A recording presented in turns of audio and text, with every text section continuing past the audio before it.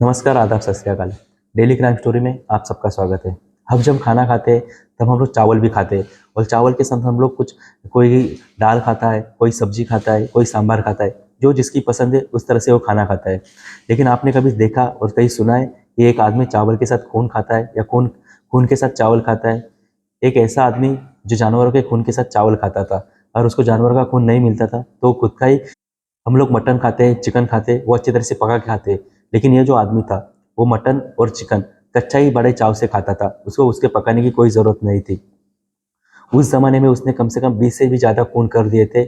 उसको जेल में डालने के बाद जहाँ के वो कैदी रहते थे, जिस जेल में उसको डाला था, वो कैदी भी उसकी तरफ देख के काँपते थे या डरते थे। और पुलिस भी जब भी उससे नज़रें मिलाती थी, पुलिस भी उसको देख के हैरान हो जाती थी, क्योंकि उसका रहना और खाना कुछ लोगों से अलग ही था। वो एक जानवर की तरह रहता था। ये कहानी है मुंबई हैदराबाद की, जिसका नाम जहाँ का रहने वाला है वेंकटेश, जिसने मुंबई के अंडरवर्ल्ड में कुछ अपना अलग ही पहचान पैदा कर दी थी। वेंकटेश वैसे तो तेलंगाना का है। तेलंगाना का नालागोंडा नालागोंडा का मरिंदुरम करके जगह है। वहाँ का तिहिल तिहिल का पल्ली करके एक गाँव है, जहाँ पे वो पैदा हुआ था। कुछ ही देर के बाद या कुछ समय पहले उसके पिता की डेथ हो जाती है। फिर वो मुर्शिदाबाद आ जाता है, जहाँ पे उसने अपने 9th तक पढ़ाई पूरी कर ली। लेकिन पता नहीं, किसी ने उसको बताया रहेगा कि पढ़ाई लिखाई करके कुछ होने वाला नहीं, इसलिए उसने उसके जाके आईटीआई कर लिया। आईटीआई करने के बाद वो वेल्डिंग का काम सीख जाता है। वेल्डिंग का काम सीखने के बाद उसकी पहचान कुछ गलत संगतों में पड़ जाता है, जहाँ से वो 2 नंबर के धंधे सीख जाता है। अब एक तरफ मुर्शिदाबाद में वेल्डिंग का काम भी चालू था और 2 नंबर के धंधे भी चालू थे। इसकी वजह से उसकी तरफ पैसे भी बहुत सारे आ रहे हैं। एक दिन मुर्शिदाबाद में होटल मुंबई के एक बहुत बड़े होटल के मालिक हाजी भाई आते हैं, जिनकी नज़र वेंकटेश रेड्डी के ऊपर गिर जाती है।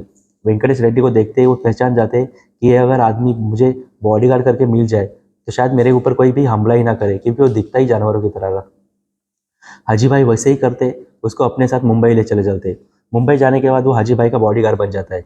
अब वो बॉडीगार्ड भी था और वुलन के एक बियर बार में काम भी करता था, जहाँ पे उसकी पहचान हो जाती है वहाँ का बहुत बड़ा गुंडा, जिसका नाम था डिम्पल दादा।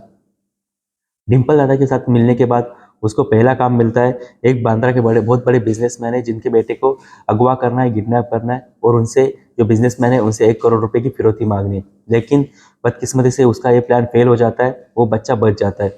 इसके वजह से जो वेंकटेश रहता है वो पूरी तरह से डर जाता है और वो भाग के हैदराबाद चला आता है। हैदराबाद आ जाने के बाद भी वो शांत नहीं बैठता। वो फिर से अपना क्राइम की दुनिया में अपना काम चालू ही रखता है। यहाँ पर भी हफ्ता वसूली करना, खून करना, मारपीट करना, ये उसके काम चालू ही रहते हैं, जिसकी वजह से पुलिस उसको हिरासत में ले लेती है, पकड़ लेके जेल में डाल देती है। लेकिन कुछ ही देर के बाद उसको बेल मिल जाती है और जैसे ही बेल मिल जाती है वो वहाँ से भाग के फिर से मुंबई चला जाता है।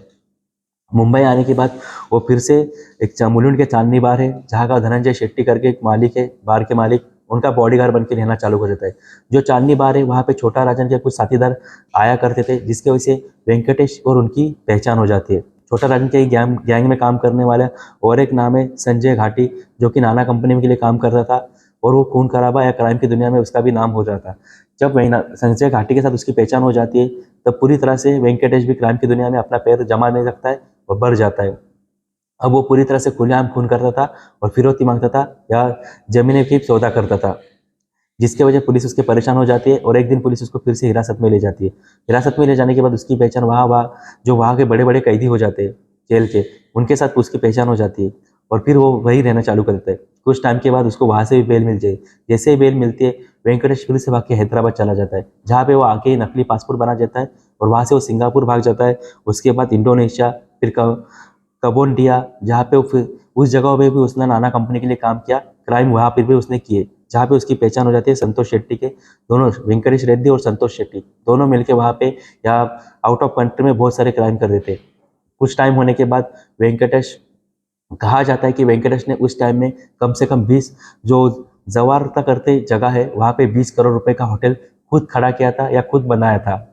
इतनी उसने प्रॉपर्टी उस टाइम पे जमा की हुई थी। ये बात है कुछ 1998 की। बाहर से आने के बाद वो फिर से इंडिया लौट आता है और वहाँ पे वो डिसाइड करता है कि अब नाना कंपनी के लिए काम नहीं करेगा। इसके लिए वो मिलता है सुभाष सिंह ठाकुर से और सुभाष सिंह ठाकुर से मिलने के बाद वो तय करते हैं कि आज से हम अपनी गैंग बनाएंगे या हमारी गैंग का नाम होगा B company. B company company gang तैयार होने के बाद तो जमीन हड़पना या फिर हफ्ता मांगना, खून करना, पैसे वसूली, ये सब तो काम उसके लिए आम थे और बहुत सारा पैसा उससे उस कंपनी से आ रहा था। लेकिन उसकी एक आदत थी माही में एक मंदिर है शीतला देवी करके। वेंकटेश हर दिन या जैसे ही मौका मिलता था शीतला देवी के मंदिर में जाया करता था। वो इस देवी का बहुत बड़ा भक्त था। लेकिन कुछ समय बाद उसको एक मुस्लिम लड़की से प्यार हो जाता है, जिससे वो अपना धर्मांतर या अपने कास्ट बदल लेता है, अपना धर्म बदल लेता है। उससे इस सारे क्राइम से अब पूरी पूरी पुलिस उसको ढूंढ रही थी, उसको पकड़ने की कोशिश कर रही थी, क्योंकि पुलिस को उसके खिलाफ बहुत सारे सबूत मिल चुके थे, बहुत सारे गवाह मिल चुके थे। एक दिन 30 अप्रैल 2008 को हैदराबाद पुलिस को एक खबर मिलती है कि वेंकटेश हैदराबाद आने वाला है कुछ ज़मीन का सौदा करने के लिए। पुलिस अपना जाल बिछा देती है और अपना टीम रेडी कर देती है। रात का समय था, वेंकटेश अपने दो साथीदार और खुद आ रहा था गाड़ी से। उसी टाइम पुलिस उसके ऊपर अटैक कर देती है और वेंकटेश को सरेंडर करने के लिए कहती है। वेंकटेश फिर से घुमा के पुलिस के ऊपर ही फायरिंग चालू कर देता है, जिसमें वेंकटेश की एनकाउंटर हो जाता है। उसके दो जो साथीदार थे वो वहां से भाग जाते हैं, वेंकटेश की मौत वहीं पे हो जाती है। तो आज की कहानी में बस इतना ही। तो आपको ये कहानी कैसी लगी प्लीज़ मुझे बताइए। मिलते हैं कल शाम को 7:30 बजे एक नई कहानी के साथ। तब तक के लिए धन्यवाद।